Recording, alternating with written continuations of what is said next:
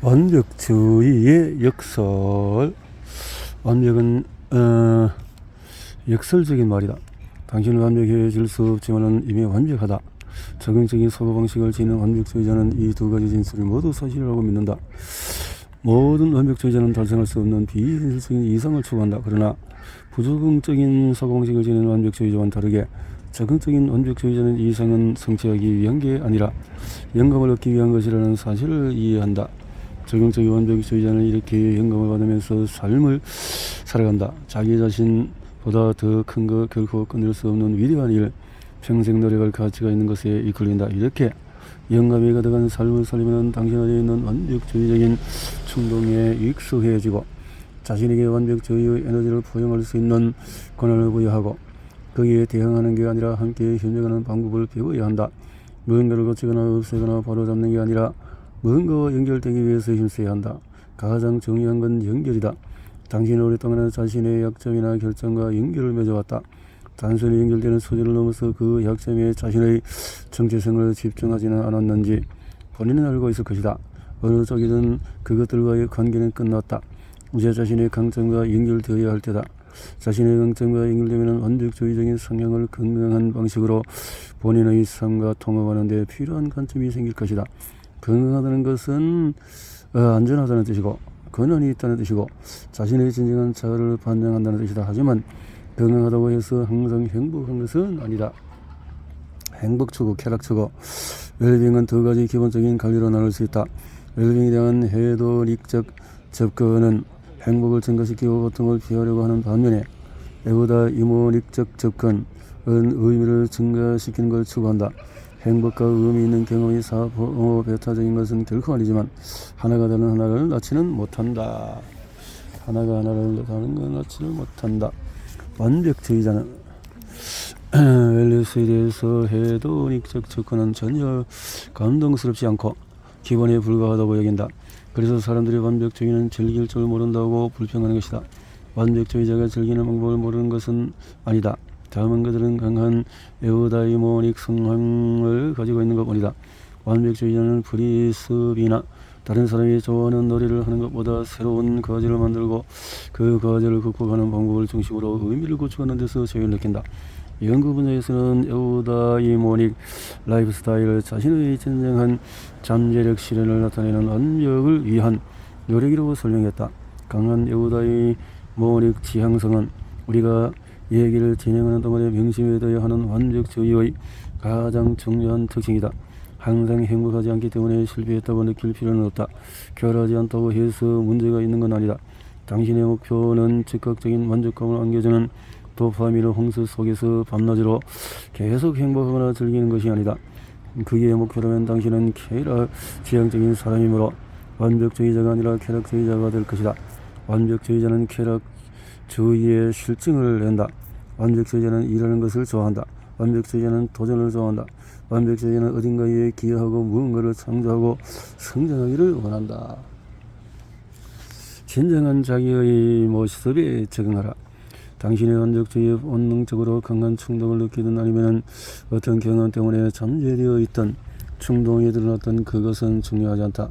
완벽주의가 당신의 꾸준한 동반자인지 압박감을 느낄 때 솟아오르는 용인한 능력인지 취약한 순간에 튀어나오는 위험한 성향인지 그런 것은 중요하지 않다. 중요한 것은 성인인 당신은 자신의 완벽주의를 책임져야 하고 이를 적응적인 방향으로 조정하는 방법을 배울 수 있다는 것이다. 그렇다면 정확히 무엇에 적응해야 할까? 가장 진정한 자신의 모습에 적응해야 한다. 적응적인 완벽주의자들은 외부 환경이나 남들의 기대에 순응하지 않는다. 그들은 내부 프로세스에 적응한다. 적응적인 완벽주의에는 학습 가능한 기술이 포함되어 있다. 당신은 곧 그 기술을 배우게 될 뿐 아니라 거기에 수반되는 다양한 혜택을 누리게 될 것이다. 예를 들어서 적응적인 완벽주의자는 성공에 대한 강한 추진력을 즐긴다. 하지만 이미 성공을 위해서 분발하고 있다. 당신은 그럴 수도 있고 아닐 수도 있다. 완벽주의자는 대부분 자기가 성공을 위해서 분발하고 있다고 여기지만 실제로는 실패를 피하는 게 목적인 경우가 많다. 이 두 가지는 매우 다르다. 성공을 위해서 노력하는 것을 성취지향적인 동기라고 부르고 실패를 피하려고 하는 것은 예방지향적인 동기라고 부른다. 저명의 심리학자 하이디 그랜트 박사와 토리 히긴스 박사는 이기기 위해서 경기하는가 지지 않기 위해서 경기하는가 라는 논리로 이기기 위해서, 지지 않기 위해서 이 두 가지 근본적인 동기를 잘 수행한다. 승진에 집중하는 이들에게는 현금을 주는 역할 모델이 있고, 예강에 집중하는 이들은 경고성 이야기를 들은 적이 있다. 자신의 가치관에 맞는 성공 버전에 내적으로 적응하는 기술을 배우려면 노력을 통해서 더 많은 흥분과 의미, 그리고 가장 중요한 더 많은 기쁨을 누릴 수 있다. 연구에서 알 수 있듯이 적응적인 완벽주의자는 이기 위해서 경계한다. 그들의 노력은 낙관주의와 보상추 요구 성향을 통해서 촉진되기 때문에 이기기까지 과정을 즐길 가능성이 크다. 반면에 부적응적 완벽주의자들은 지지 않기 위해서 경계한다. 그들의 노력은 두려움으로 인한 촉발된 것이기 때문에 스트레스와 걱정이 시달릴 가능성이 더 크다. 본인에게 의미 있는 게 뭔지 정의하는 사람은 바로 자기 자신이라는 것을 깨달으면 자기 방식대로 성공을 받아들이는 힘과 연결된다. 자기 방식대로 계속해서 성공을 거두면 외부의 찬성하는 비교도 안 되는 자기만의 자신감이 쌓인다. 적응적인 완벽주의자에게는 전통적인 성공 지표를 통한 승리도 좋지만 그것이 다다. 당신이 내재된 자아 존중감과 연결되어 있을 때는 외적인 승리와 패배가 당신을 만들거나 무너뜨리지 않는다. 같은 맥락에서 적응적인 완벽주의자에게는 실패도 그리 큰 문제가 아니라는 것이 밝혀졌다. 적응적인 완벽주의자는 좌절로 실패로 여기지 않는다. 그보다는 좌절을 성장과 배움의 기회로 받아들인다.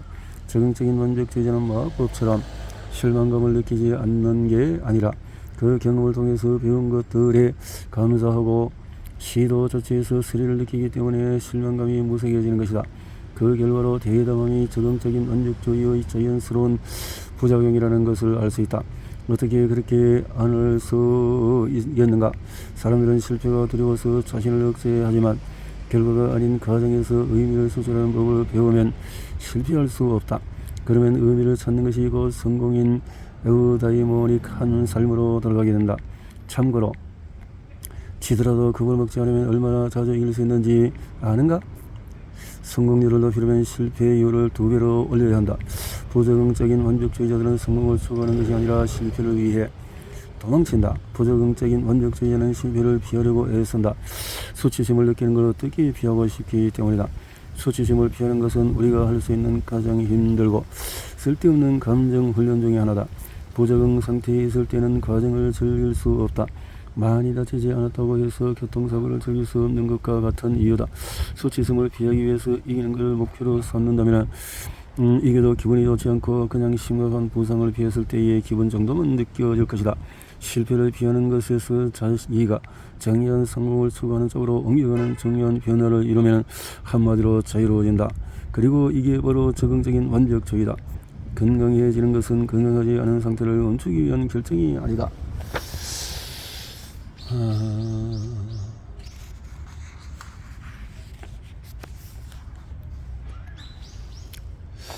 난국 적응적인 완벽주의에 전념하는 것은 한 번만 하면 끝나는 선택이 아니다. 적응적인 완벽주의를 수행하려면 시간의 흐름에 따라서 반복적으로 여러 가지 선택을 해야 하는데 그 중 첫 번째 선택은 성장 마인드셋에 집중하는 것이다. 연구에 따르면 적응적인 완벽주의는 성장 마인드셋을 받아들이는 것과 긍정적인 상관관계가 있다. 확신하는 수준까지는 아니더라도 자신의 성장 능력을 열린 마음으로 받아들이는 게 이롭다. 나는 부적응적인 상황에 처해있는 수많은 완벽주의자들을 상담했는데 그들은 자신에게 가능한 일에 대해서 고정관념을 가진 상태로 상담받기 시작한다. 이들이 일반적으로 품고 있는 감정은 내가 결코 행복해지지 못하리라는 건 알지만 그래도 덜 불행해지고 싶다는 것이다. 그들은 건강해지기 위해서 여러 가지 방법을 시도했지만 아무것도 효과가 없었다는 사실을 자기가 영구적인 불만 속에서 살아갈 운명이라는 증거로 제시한다. 기능장애의 근원이 아닌 사람이 아닌 접근 방법이라는 사실을 고려하지 않은 채 패배의 결론에 도달하는 것은 부당하다.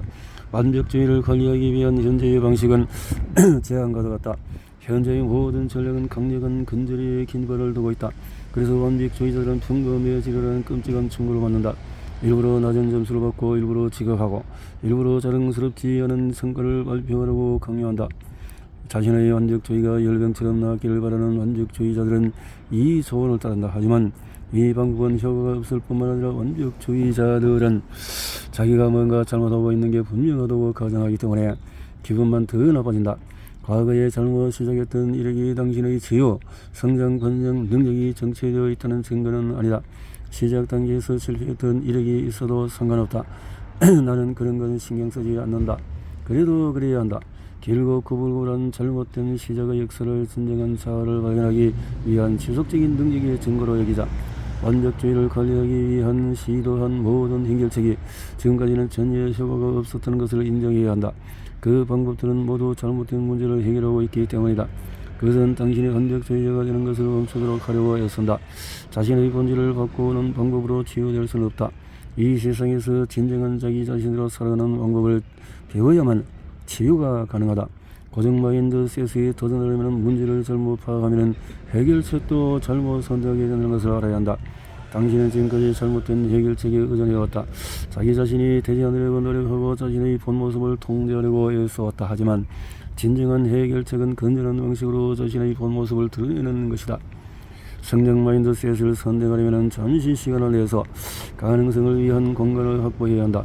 가능성을 위한 공간을 확보하는 것은 숨을 쉬는 것과도 같다. 진짜 호흡 말이다.